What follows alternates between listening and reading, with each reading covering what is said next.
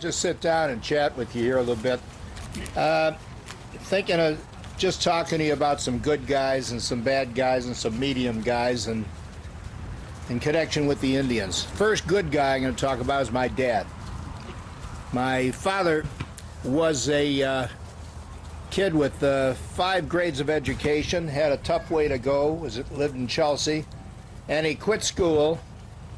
Bright guy, but they had 7 kids, and he was the oldest. You know that story.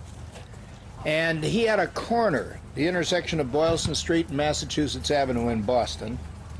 And the long and short of it is he was befriended by the great Hall of Famer center fielder Tris Speaker. Speaker loved my dad. My dad loved Uncle Tris. Tris said to him, Tris was with the Boston Red Sox at the time, and he told my dad that if he comes with another major league ball club, he's going to bring my dad along as his trainer. You understand, my dad didn't know beans about being a trainer, you know. In 1921, it's exactly what he did. He became, in about 1918 or 19, he became manager of the Cleveland Indians. They won the World Series for the first time in 1920. They did it once again in 1948, and that's the history, World Series history. We covered that now for the Indians.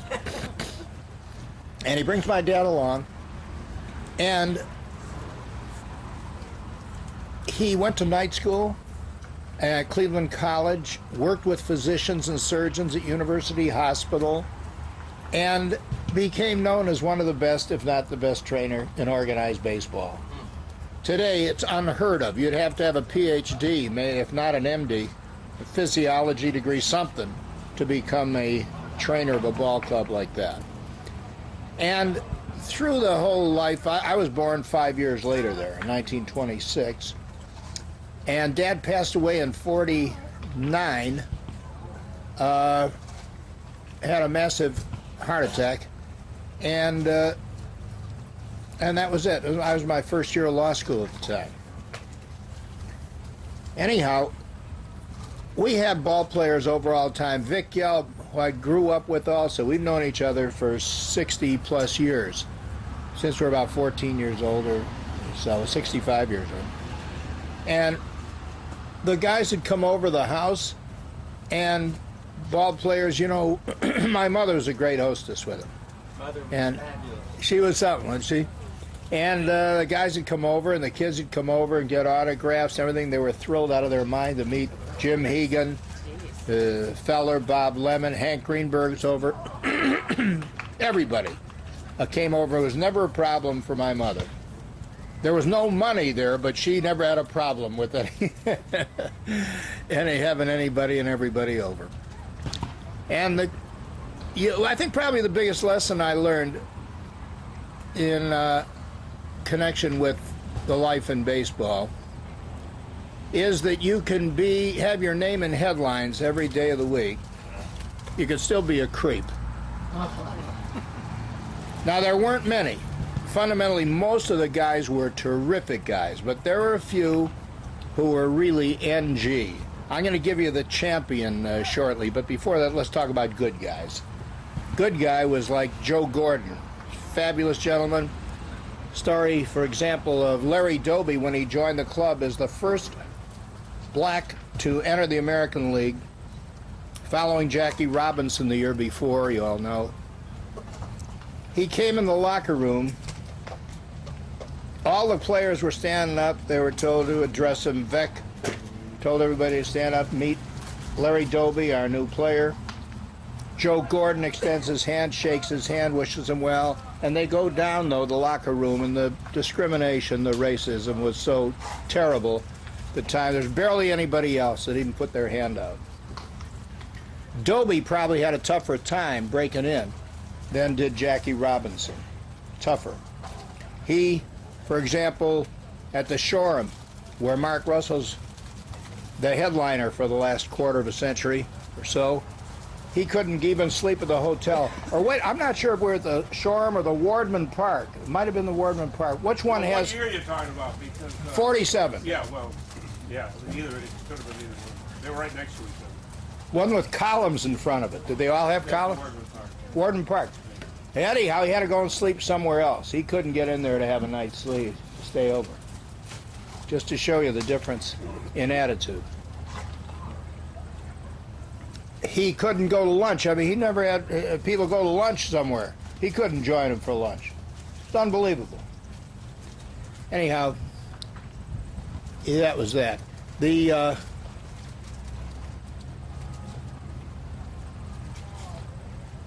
probably the biggest creep that I ever met in baseball, I represented Tony Tomsick, Sports Illustrated photographer. And Tony's doing his job out at the ballpark, Cleveland Stadium, taking pictures, and he particularly wants to get Albert Bell for an upcoming story. And one of the pictures that came in, as you'll see the lawsuit developed here, Bell is going like this, meaning don't take my picture, stay away from me. Well, Tony Tomsick's there to take the pictures. You know, he takes the picture and other pictures, and Bell fired a ball and missed him. It hit the chairs. He threw a second one, and if it hit him in the eye or face, I mean, it could really do some damage. He didn't just lob it, but he did just nick his knuckle, is all it amounted to.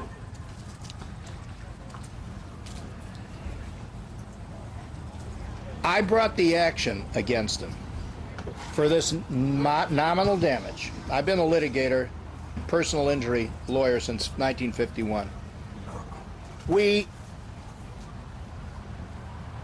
I investigated the case, and I had as a key witness a security officer at the ball club who saw the whole thing.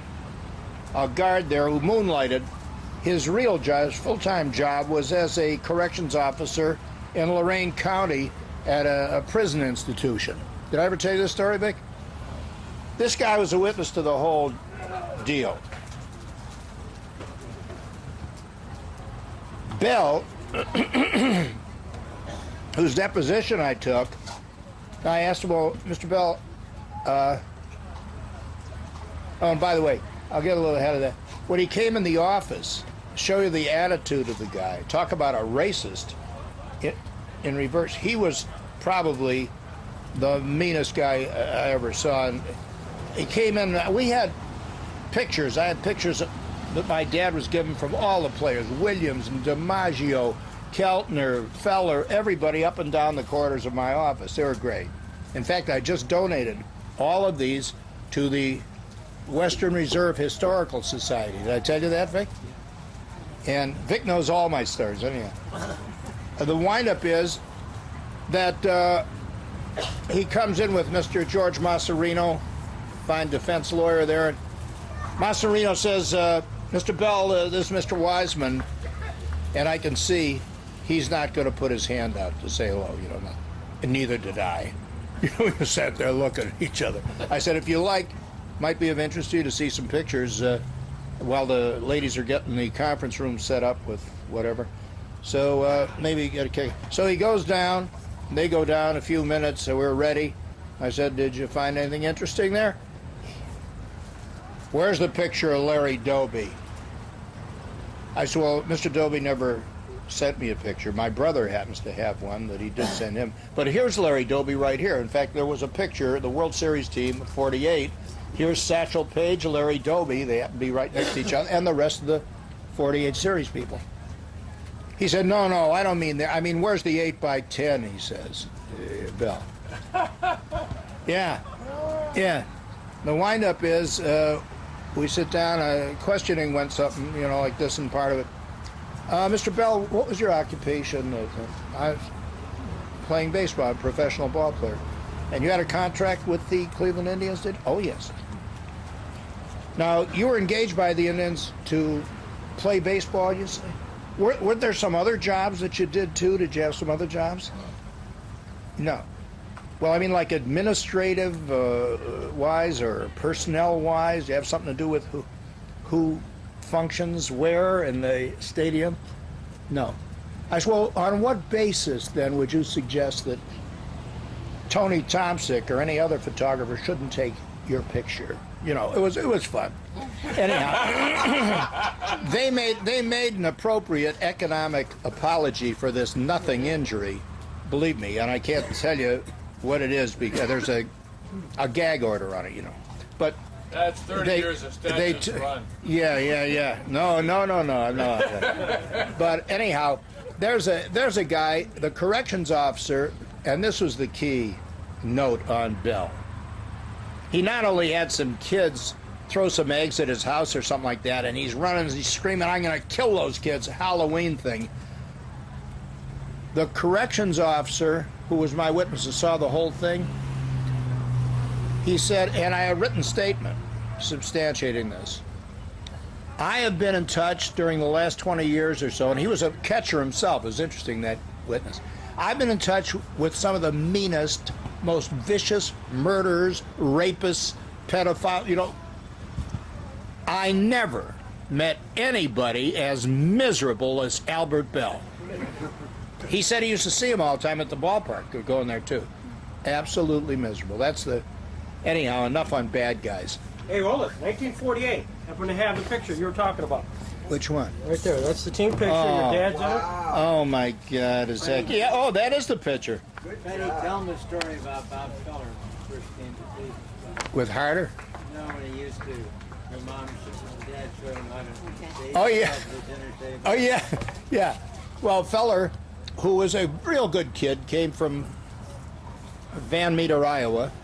And I like to point out that he was the valedictorian of his class. He was 17 when he joined the club. I was 9, and I was bat boy for the Indians in 1936 when he joined the team, August or September of 36. Well, he was valedictorian of the class, and it was on a national radio hookup. Of course, there were 6 people in his class. Right. Yeah, you understand, 6. He was valedictorian, and we went out every night, and we got to the park early and throw and run and whatever together, and he was a good kid. He had very nice parents. Once his mother got hammered while he was pitching a ball game. You remember this one? Got hit right in her face. She was at third base side. Do you remember that? Taken to the hospital on Bob's own mom. Anyhow, they were nice people. But Feller got pretty big for his britches later, and also I think felt that the world owed him a lot. He did give up 5 years Naval Air Force work during World War II. So he gave up 5 years of big earnings, but he comes over to the house for dinner, and my mom, you know, had those, remember those tan crock dishes that you had with put applesauce, you'd fill it up with a dark brown stripe, you know, around it, and then lighter brown and the rest of it? Red wing pottery. Red Wing, Minnesota. Is that what that's called? All right. Well, Mom had that. We had all kinds of exclusive things there. Anyhow, takes this thing of applesauce, puts it down in front of Feller. We got 8 people around the table. He ate the whole thing. He thought that was his portion. See? And we were all embarrassed. We didn't want to embarrass him when nobody said a word, and he just ate the whole crock of applesauce. But then he also, I don't know, he just, he became funny, kind of. Not funny. One time he's with Mel Harder, who was the salt of the earth. Fellow should have been in the Hall of Fame for the last 20 years. Did I tell you the story before? He is signing, they're signing autographs, so Mel, who just passed away, lived in Chardon, Geauga County, 92 years old. Well, they going to start right away? Anyhow, he said, Feller says to Harder says to Feller, Bob, I'd appreciate if I could autograph one of these pictures of yours. I want to take it to my grandson or whatever. Feller says, you know, Mel, I usually get $25 for these, for my... And Mel said, right. Mel Harder was there 40 years with the Cleveland Indians, and many of the years training Bob Feller coaching him, pitching coach for him. Anyhow, we don't have to get into all that. I'll just tell you one ending story because I want to hear from Mark Russell. I understand he went to Cooperstown just recently, and he can tell you some things that happened there that I think you'll get a kick out of. So I'm going to quit in a moment, but I'll tell you this one story, which involved, they used to play pinochle, or pinochle maybe, or poker or something, in New Orleans. They stayed at the Roosevelt Hotel down in New Orleans where they had spring training back in the 30s or so. So they had too many guys, one guy would sit out.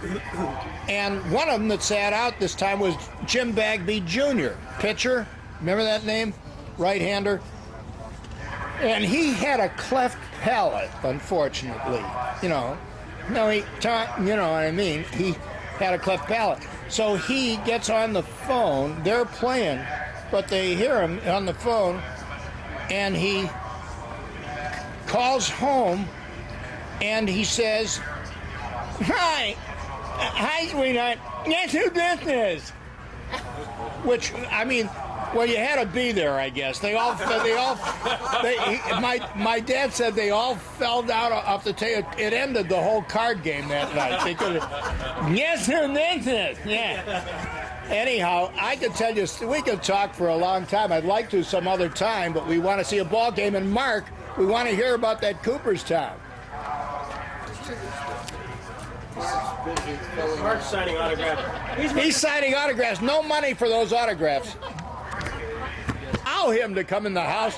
He was so profane and obscene. And my mother could handle a salty joke, but she said every third word out of his mouth was a dirty, filthy word. She wouldn't let him in.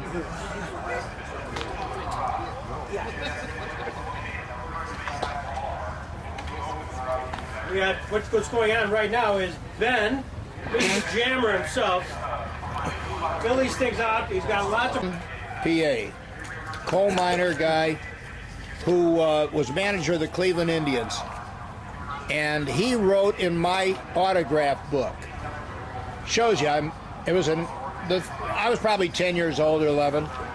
If you, and he had Spencerian handwriting, limited education, but such a brilliant, great guy.